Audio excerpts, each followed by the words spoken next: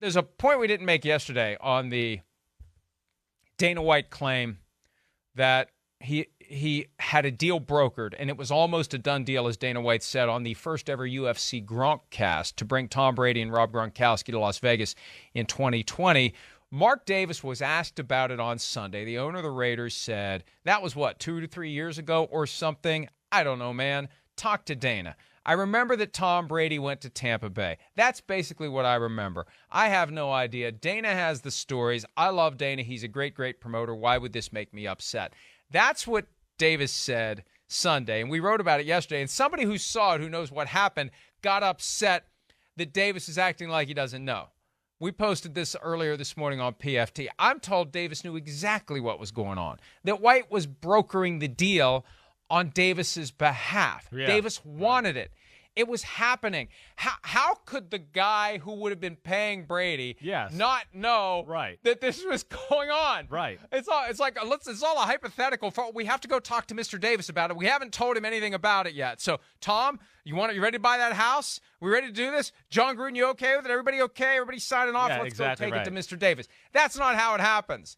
Davis knew, but Davis couldn't say anything. Look, they all got smacked down verbally by the commissioner a couple of weeks ago for tampering. Stephen Ross literally got smacked down and suspended for tampering with Brady. The last thing Davis is going to do is admit it. Oh, by the way, he's also got the same quarterback playing for him that he would have thrown overboard in 2020. So there's no reason for Davis to admit it. I just think it rubs some folks the wrong way that he played dumb about it instead of just saying no comment. Yeah, I get you. He should have just said no comment. Right. This idea that, I don't know. Well, here, let's refresh your memory. You knew you were involved, and Dana White was the one working on behalf of Mark Davis to do the deal. I mean, of course, right. I mean, yeah, I know. It'd be silly to think that he wouldn't know, to your point. Exactly. He's the owner of the team. He's the guy that's going to be paying the checks, all of that, let alone – it's there was vested interest there, I think, for Dana White too. One, he's friends with Brady. It sounds like he's a Boston area guy, and then the majority of his business happens in Vegas.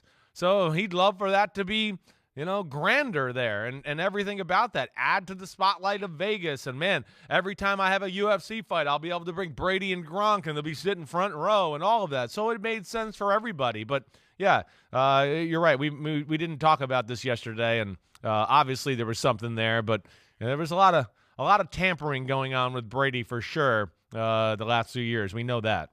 And the Patriots did not care. The Patriots were not going to do anything to cause an ugly final separation. They knew he was ready to move on.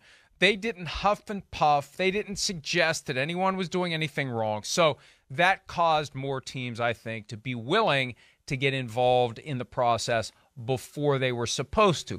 The league doesn't care about that. It's still tampering in the league's eyes, and what happens is just randomly once every 5 or 6 years, the league whacks someone for tampering. But the Patriots didn't care, so the 49ers, the Raiders, the Dolphins, the Bucks, at a minimum, were chasing Tom Brady, or at least talking to him. The 49ers talked to him and decided they didn't want him.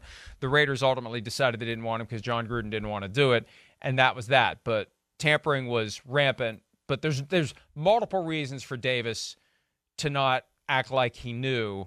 But this whole idea of I forget, go talk to Dana, he tried. Oh, look, he's the guy that lined up Jon Gruden to come coach the team while Jack Del Rio was still the head coach. Yeah. So he knows a thing or two about lining up deals before they become official. Yeah, you're right. Exactly right. It goes on, to your point, you say it all the time. This is something that goes on in the NFL. There's too many back channel ways to communicate everything there. And yeah, as you said, you take yourself back in time. New England was not going to cause any issues here. Brady wanted out. New England kind of wanted out. It was over, and he had earned the right to kind of figure out where he wanted to go. And the Kraft family, Bill Belichick, they weren't going to make a stir about that. What's amazing is it's only been 3 weeks since the Stephen Ross punishment was announced by the NFL out of the blue. And I asked someone at the time it happened, do you really think this is going to stop teams from tampering? And no, it's not. They'll just be more careful.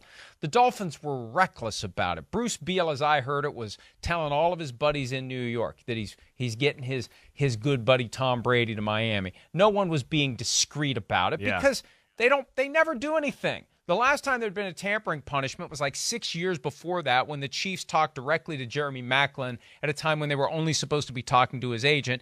And the NFL made an example out of Andy Reid and the Chiefs just to kind of scare everybody else and to quit being so rampant about tampering. So set your clock. Just like I texted myself from 5 years ago, text yourself 5 years from now. That's the next time there'll be another tampering punishment in the NFL.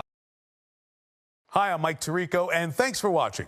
Make sure to hit subscribe for the latest news and highlights from NBC Sports.